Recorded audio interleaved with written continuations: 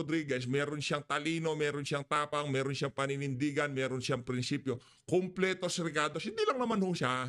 Kumbaga dito sa video na to, ganito hong kalibre ng mga senador ang hinihahain ho namin dito sa inyo sa PH Update sa ating mga kababayan. At kung ngayon nyo pa lang ho narinig itong si Atty. Vic Rodriguez at yung 10 kandidato na yan ni dating Pangulong Rodrigo Duterte, mangyaring ikonsidera nyo ho sila na iboto bukas. Tapusin ho natin itong itong kampanya na to na talagang inumpisahan natin ng malakas.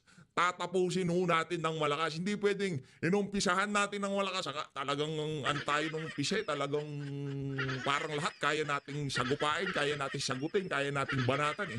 Hindi naman ho pwedeng ngayon patapos na yung eleksyon. Ngayon naman ho tayo manghihina. Inumpisahan natin ng malakas, tatapusin ho natin ng malakas. Ito na ho si Atty. Vic Rodriguez. Heto ho. Walang talo, matalino, mabait. Mas maganda kasi alam nyo, hindi naman kasi tayo makapag-suggest, mas maigi pa wala ng background music. Pagka kasi nababasa yan ng YouTube, baka akala nila lumang video na eh. Kasi kumbinsid, ang ganda ng pakinggan eh. Diba? Ating suportahan, Atty. Vic Rodriguez, pagkasenador, number 56 sa balota, Pilipino, abogado, maisog. Atty. Vic Rodriguez, senador nyo. Ayun na naman yung platoro na yan. Idirekta na ho tayo sa pagsasalita ni Atty. Vic. In-endorso din ho siya ni VP kaso kumakanta pa rin platora kaya tinanggal na. Yung mga singer na mukhang chaching, no? Bakit trabaho naman nila, hindi naman natin sila sinisisi, no? Hindi naman nila obligasyon na maging kumbaga, trabaho nila yan, gumawa ng kanta, pagka may kampanya at kailangan nila magpakaaso kay Lisa at kay Marcos Jr. Rekta ho tayo. Pero sabi naman nila, mabait. Biglang cambio si PH. Pero sabi naman nila, mabait yung mga yan. Akala kayo dyan. Ito, si Atty. Vic. Mayong gabi, Davao.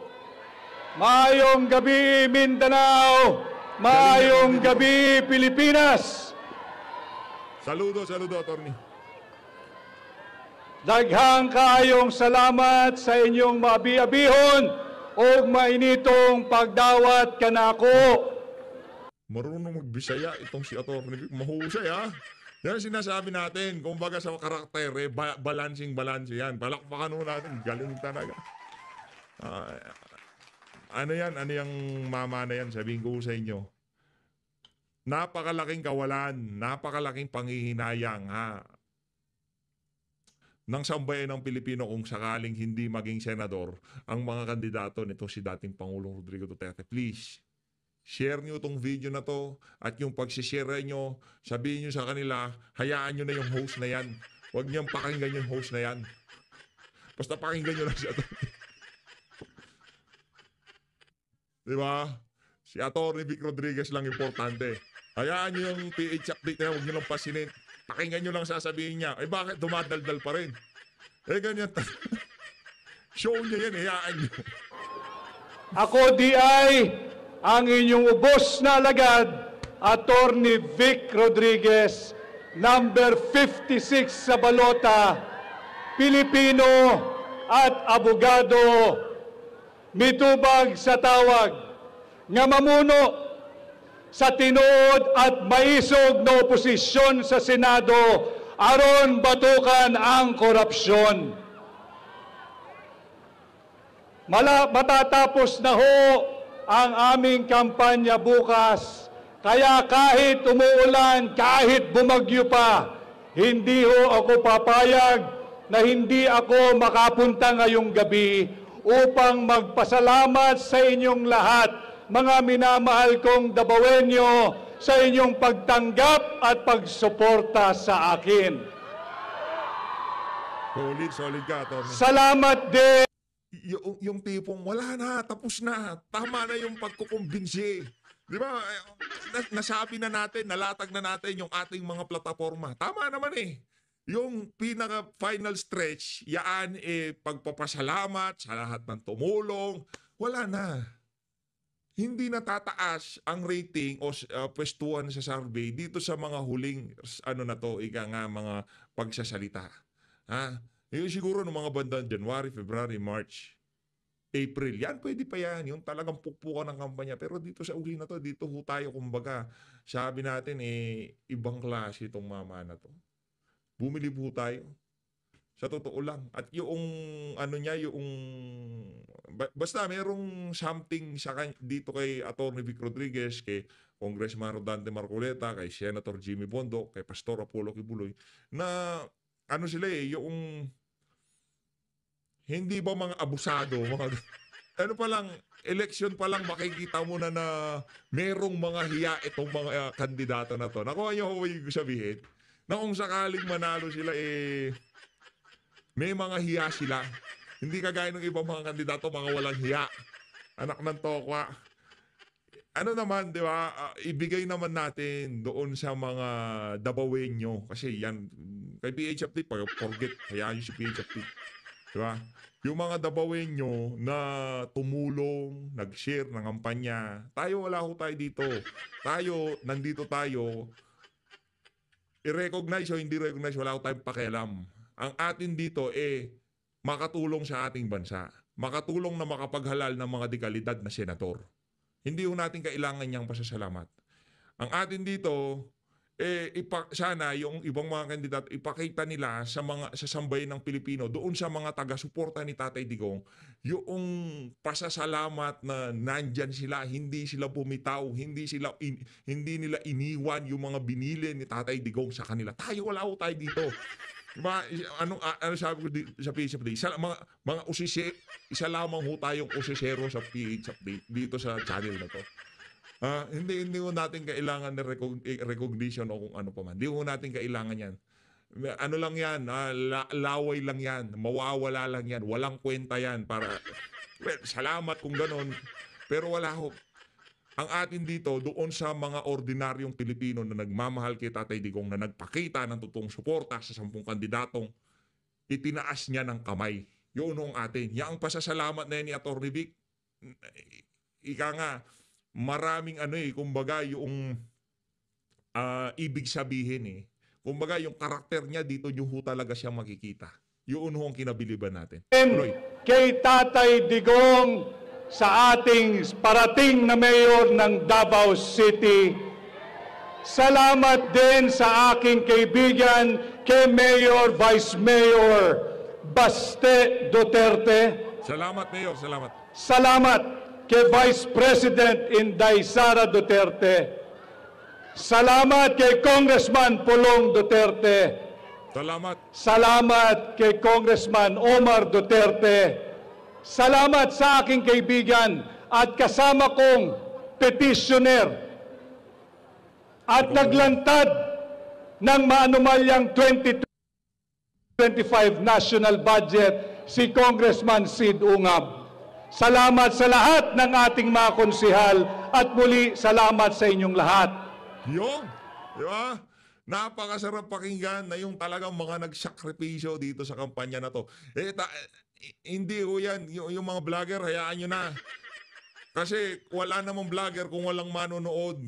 Ika nga, kung wala ho kayo dito, kayong mga nakikinig, nagtsatsaga, umiintindi sa mga sinasabi ng ating mga kandidato. Kung wala ho kayo dito, kahit ano pang sabihin ho nila, wala hong kwenta. Pero dahil nandyan kayo, yung mga nakikinig kay Atty. Vic, nanonood dito sa PH Update, kung wala kayo, hindi ho tayo aabot sa bahagi ng kampanya na to na kung saan talagang namamayagpag ang ating mga kandidato. At nakita ho ng sambayan ng Pilipino ang prinsipyo at pagmamahal sa bayan nitong mga kandidato ni dating Pangulong Rodrigo Duterte. Yun lang ho ang atin dito.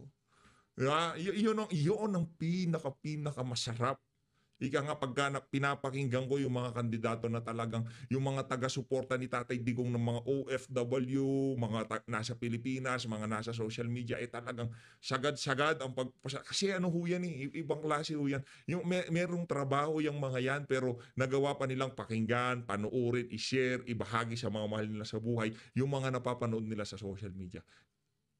Iba ho yun. Ika nga, matinding pagpapasalamat ang dapat nating ibigay sa mga tagapanood. Kaya di ba sinabi ko sa inyo, ano ho talaga to, ito lang ang gusto ko sabihin sa inyo. Share nitong video na to para makita ng ating mga kababayan na yung ating mga kandidato, merong hiya, merong pasasalamat. Meron ho silang kung tawagin, ano ba yun, delikadesa, o meron silang kahihiyan. Marunong tumanaw ng utang na loob. Yan ho ang ating mga kandidato. Di ba? Dahil yung pagtakbo nila na yan, hindi siya kang ano pa mang kadahilanan na para kay Tatay Diggs, kay BPO, para kung kanino pa man. Para ho yan sa sambayan ng Pilipino. Nagkataon lang na itong si Tatay Digong, ang gusto niya nakakabuti sa sambayan ng Pilipino na yun naman ang gusto ring mangyari ng ating mga kandidato. At nakita ho natin yan sa nagdaang administrasyon. Ang daming segue ni PH. Ang daming segue ni PH.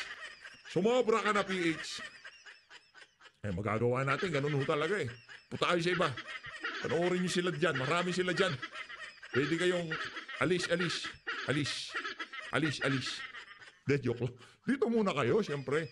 Kukwentuhan pa tayo Di nyo pa nga sinare tong video, aalis na kayo? Di naman pwedeng ganun. Di ka pa nga nag-subscribe, aalis na kayo? Tinuturing ko pong isang malaking karangalan na mangampanya kasama kayong lahat. Yun! Tinuturing ko pong aking karangalan ipaglaban si Tatay Digong, ipaglaban si Vice President Inday Sara Duterte, ipaglaban kayo, mga mahal kong Pilipino, at ipaglaban ang Pilipinas.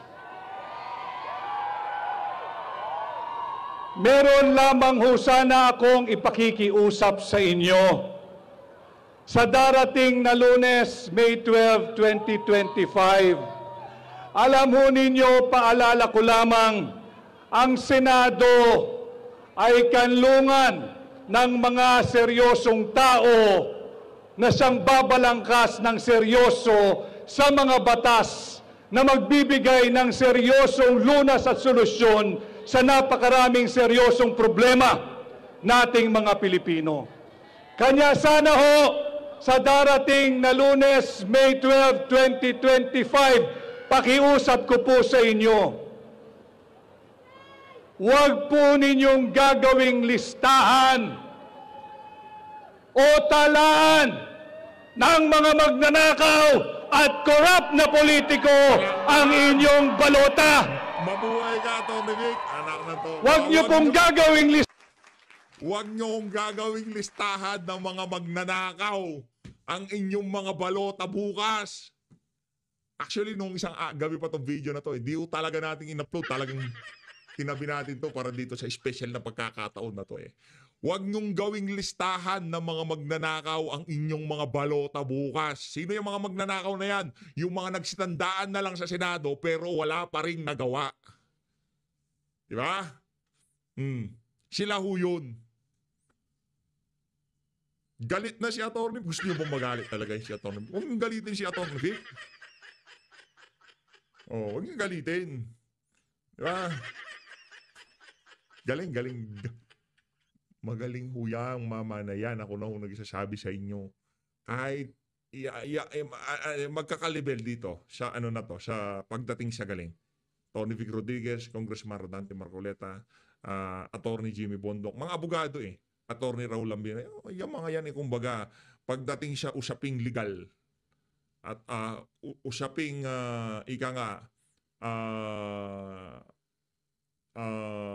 mga bagay na makakapaghatid ng serbisyo sa sambayan ng Pilipino. Sila ho talaga yung magkakalibel. Pero dun sa kabilang parlor, wala ho tayong asahan dyan. Pag natin pag-usapan mga perwisyo sa bansa. Listahan o talaan ng mga tiwaling politiko ang listahan ninyo para sa Senado. Tulungan po ninyo ang ating bansa. Vote straight Duterte! Grabe.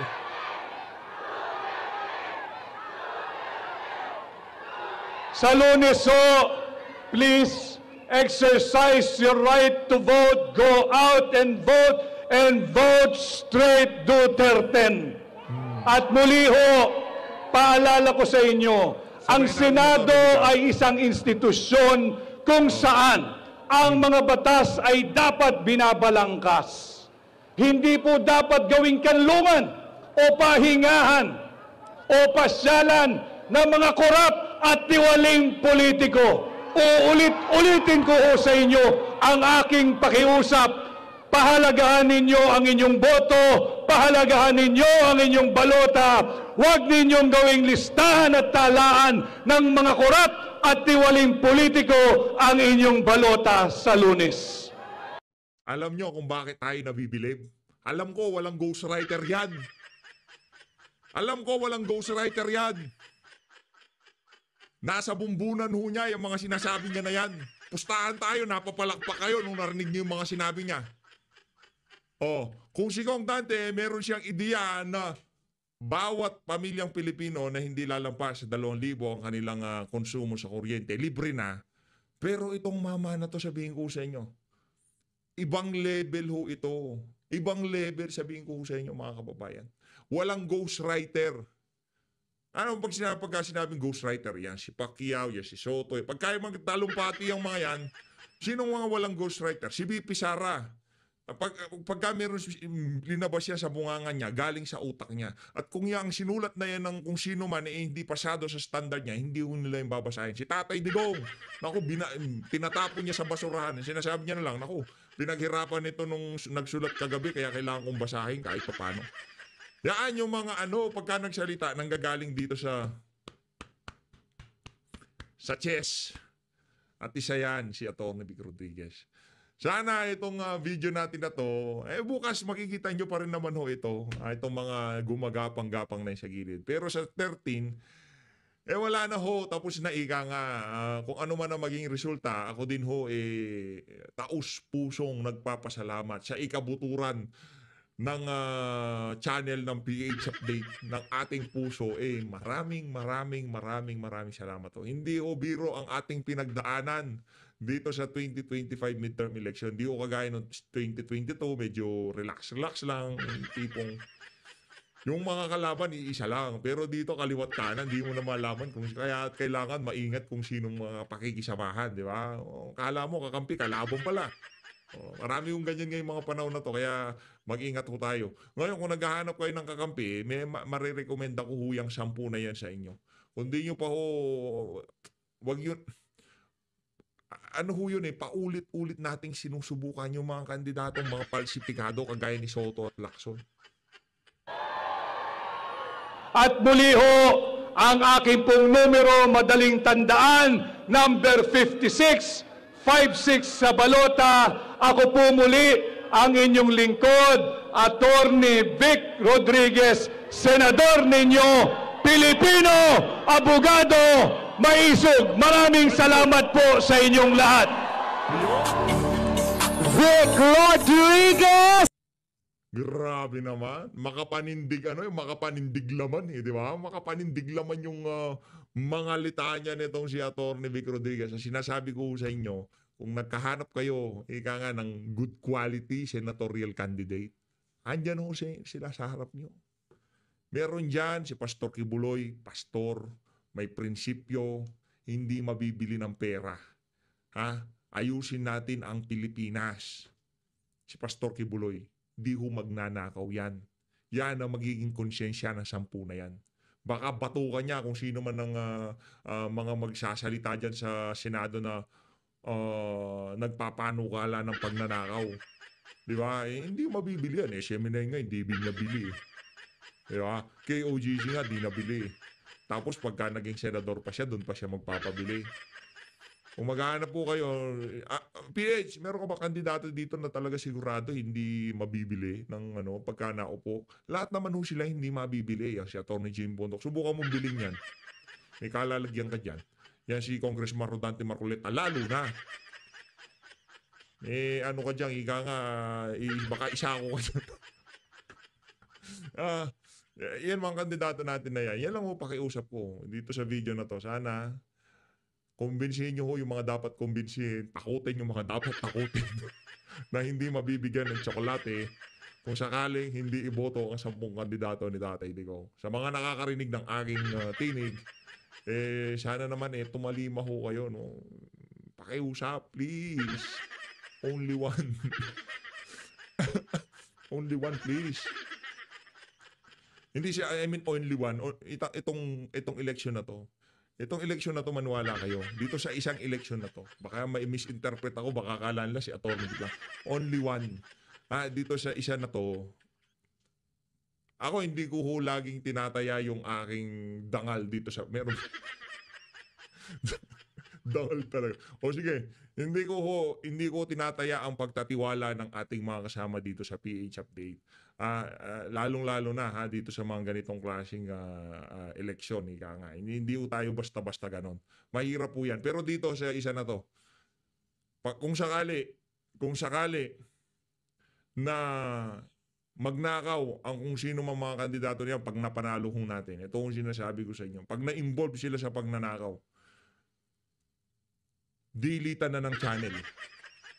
Matindi ho yan mga kababayan. Dilitan na ng channel. Pero dapat siyempre, masintensyahan sila. Di naman pagka, uy, PH, si na ganito, di umano nagnakaw siya, yung channel, hindi naman. Dapat, papatunayan mo muna sa Sandigang Bayan, sa ombudsman, o kung saan korte pa man na yung i-convict sila. Dilitan na ho ng channel. Ganon ho kalakas ang loob ko dito sa ating mga kandidato. Na hindi magnanakaw ang mga yan. O ngayon, kung hirap, no? Alam ko kahit ikaw na nanonood dito sa video na to, hirap ka na napapaisip ka na kung ano kaya ang susunod na kabanata sa lahat ng kabalbalan na to, lahat ng kaguluhan na to, ika nga. Ano ang susunod na kabanata dito sa panggigipit ng administrasyon kay VP Sara, ang paglaglag o pagkondisyon sa utak ng ating mga kababayan na nasa baba ang mga kandidato natin. Gayong kung titignan natin ang totoong simpatsya ng ating mga kababayan, ay talagang malakas ho ang ating mga kandidato. Ito na, masyado nang humaba yung pasakali mo PH Update. Pakinggan mo na itong si VP Sara. Please, only one. Please naman. Ako ho taus-pusong nakikiusap sa inyo. Sige, ganito na lang. Ito, ayoko talagang dito namimigay ako dito t-shirt.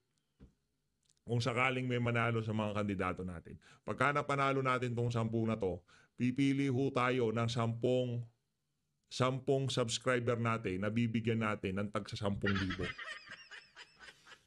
Nako, matindi ang PH. Pag nanalo ang 10 nating kandidato, mamimigay ho tayo ng 10,000 sa ating 10 lucky subscriber. Kung di ka pa nakasubscribe, sorry na lang. Diba? Parang leak na ata itong video. Dapat noon pa yan diba?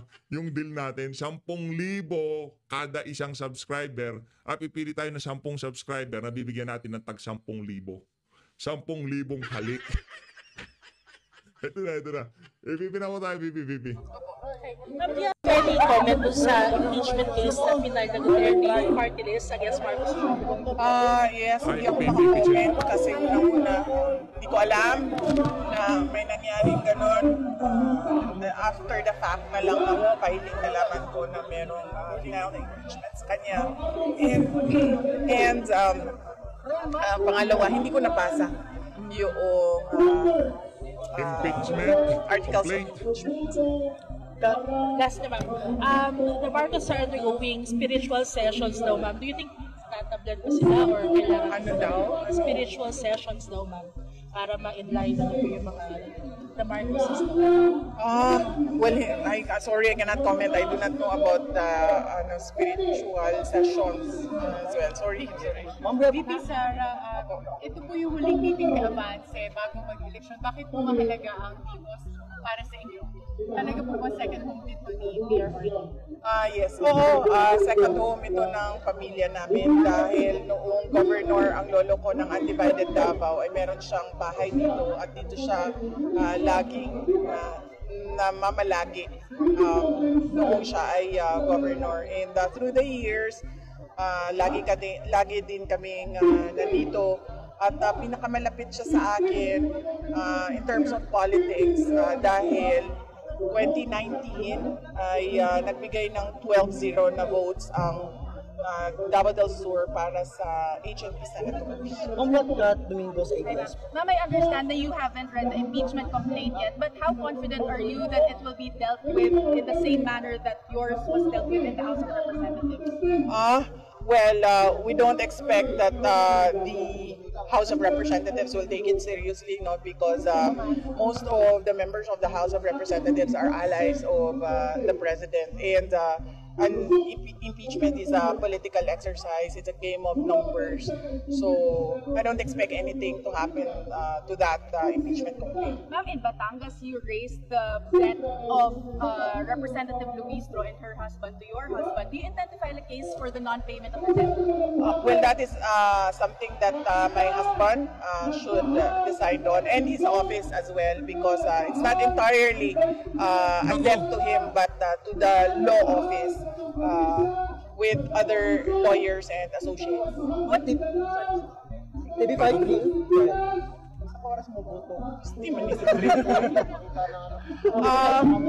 Ang iniisip ko na oras na magboto is between 7 a.m. kung kailan open na siya for regular voters, between 7 to 8 a.m.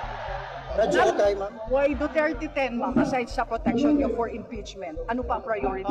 Yes, ma'am. Never ko sinabi, ma'am, no, na the campaign for the senators sa Duterte 10 is for the impeachment. Because as I said earlier, the impeachment is a different matter altogether, na natanggap ko na kung ano yung pwedeng kahatnan niya. Pwede akong magbigyan ng guilty verdict, pwede akong mabigyan ng acquittal, and okay na ako dun, because para sa akin napakalaki na bagay na mahalal by 32.6 million votes as Vice President. Ang nabigay. At yun ho ang hindi matanggap ni Tambaluslos na ganun kalaki ang nakuwang boto nitong si VP Sara, di ba? Alam ho nila kung sakaling magkaroon ng laban, showdown sa 2028, hindi ho talaga sila makakakana dito kay Vice President Sara Duterte.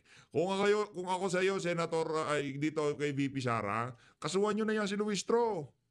Kasuhan nyo na yung ali na yan, no? Hindi nagbabayad ng utang, no? Ibang klase talaga tong si Luistro. May nalalaman pong pamano-mano, meron naman palang utang, di umano. Mali. Ito yan sa kabila. Ko na explanation, ma'am, kanina, kung narinig ninyo. Unang-una, kailangan Diretso Duterte plus 2, Camille Villar and Amy Marcos. Kasi para alam na nila, isang grupo sila, hindi na sila mag-away-away dahil sa politika. Ang mag-aawayan na lang nila ay kung saan at paano ilagay ang mga proyekto, yung mga ganun ang pag-uusapan nila, yung serbisyo sa bayan. Pangalawa, kapag sobrang dami ng boto, block voting siya, straight voting siya, ay mahirap habulin sa dagdag bawas sa dayaan sa computer. No? And then, pangatlo, ito yung mga senators na alam nila kung ano yung gusto ng bayan. Ang gusto ng bayan. Tayo dito medyo doon sa sinasabi na black voting mahirap dayain. Medyo mawalang galang dito kay VP Naniniwala tayo doon pagka black voting medyo mahirap dayain. Pero yung pagpapadala kay Tatay Digong diyan sa The Hague, Netherlands, napakahirap isipin. Mas mahirap pa hong isipin yung dayaan kaysa doon kay Tatay Digong mapadala siya sa Mas madali pang isipin yung dayaan na magkakaroon ng dayaan pero imposibleng mapapadala sa The Hague si Tatay Digong. 'Di ba? Sa dami na nagmamahal sa kanya, kaya nga nagpunta tayo doon Kaya hirap ko sa'yo, hindi ko tayo puro salita dito na mahal natin si Tatay Digong, mahal natin siya. Pero nung panahon na kailangan tayo ni Tatay Digong, wala naman tayo. Diba? Kaya nagpunta ho tayo doon. Kung yun nangyari, itong eleksyon na to, ang sasabihin sa atin ng administrasyon, ganito lang ho ilalabas nila sa kanilang mga bunganga. Maliit na bagay. Bayan is ituloy ang nasimulan na pagbabago, yung tunay na pagbabago ni dating Pangulong Rodrigo Duterte. Nasaan si Pulong? I expect to see him tomorrow kasi Mother's Day. Nung inimbita ko sila sa group chat, umuo naman sila. So, Hindi ko lang alam kung nakauwi na siya sa Davao City or nasaan siya, pero nung nagbigay ako ng... Si Kong Pulong, rockstar si Kong Pulong eh. Tindi-tindi ng kampanya dito sa Pilipinas, siya nandun sa Netherlands. Ganyan no, katindi ang kumpiyansa ng mga Duterte na hindi sila basta-basta matatalo dyan. Ganun ho sila kamahal ng mga Dabawenyo. Invitation for Mother's Day. After election na ho tayo makakapag-Davao. Matutuloy na rin, no? After election na ho. Ang dami ho natin inaasikaso, medyo nabibisi-bisi tayo, medyo meron ho tayong pinagkakabisi-bisiyan. 10,000 halik. Etong mukha na tong hahalik ho sa inyo. 10,000 beses. Ano lang, wala tayong binibili. Kahit babae, lalaki, lahat, hahalikan natin sa mga subscriber. Lahat. Merong pang kasamang yakap yan. Kung isa ho kayo sa mga swerteng mapipili, basta manalo tong 10 na to, naku, pakay, halik, lahat, di ba? 10,000 subscriber ka ni PH Update. Yakap. Ganun lang yun. Di ko natitignan cellphone. Yakap, halik. Anak ng toko. Di ba? Ganun lang naman ho yun. Pagka nanalo tong 10 na to. Paano naman PH kung 2 lang nanalo? 2 subscriber ang makakatanggap ng tagda 2,000 na yak. Para sa mama ko, umuo siya. Uy, so, Mother's Day pa lang ngayon. Happy Mother's Day sa lahat ng nanay. Sa lahat ng nanay, yung ano niyan, yung mga ano, yung... Diba? Pagka panahon ganito, parang Valentine's Day din ho ito eh. Diba? Ito ho yung panahon ng... Mga ano dyan, mga father, mga mother at saka father. Ano na, ika nga. Sabagay, wala nang batang nanonood dito, no? Patulogin nyo na maaga sila Junjun. Baka, hindi baka. Nandun talaga yon kasi sabi niya, okay, we'll see you. Message sa VP, Mother's Day. Yes, oo. Ang laki ng pasalamat natin sa ating mga nanay, no? Ako lalo na dahil yung trabaho ko ay demanding siya and it takes 24 hours, 7 days a week para sa akin dahil ang schedule ko ay nagdedepende sa schedule ng mga tao. Kaya mahirap siya para sa akin ang scheduling, lalong-lalo na meron akong 3 anak na kailangan palakihin at bantayan at nandyan yung nanay ko. In fact, very recent example sa appreciation ko sa aking nanay ay itong campaign na ito. 3 weeks akong nagbiyahe, nag-caravan, nag-Duterte caravan kami, Visayas to Mindanao to Luzon. Nandoon yung mother ko para magbantay sa youngest ko na anak.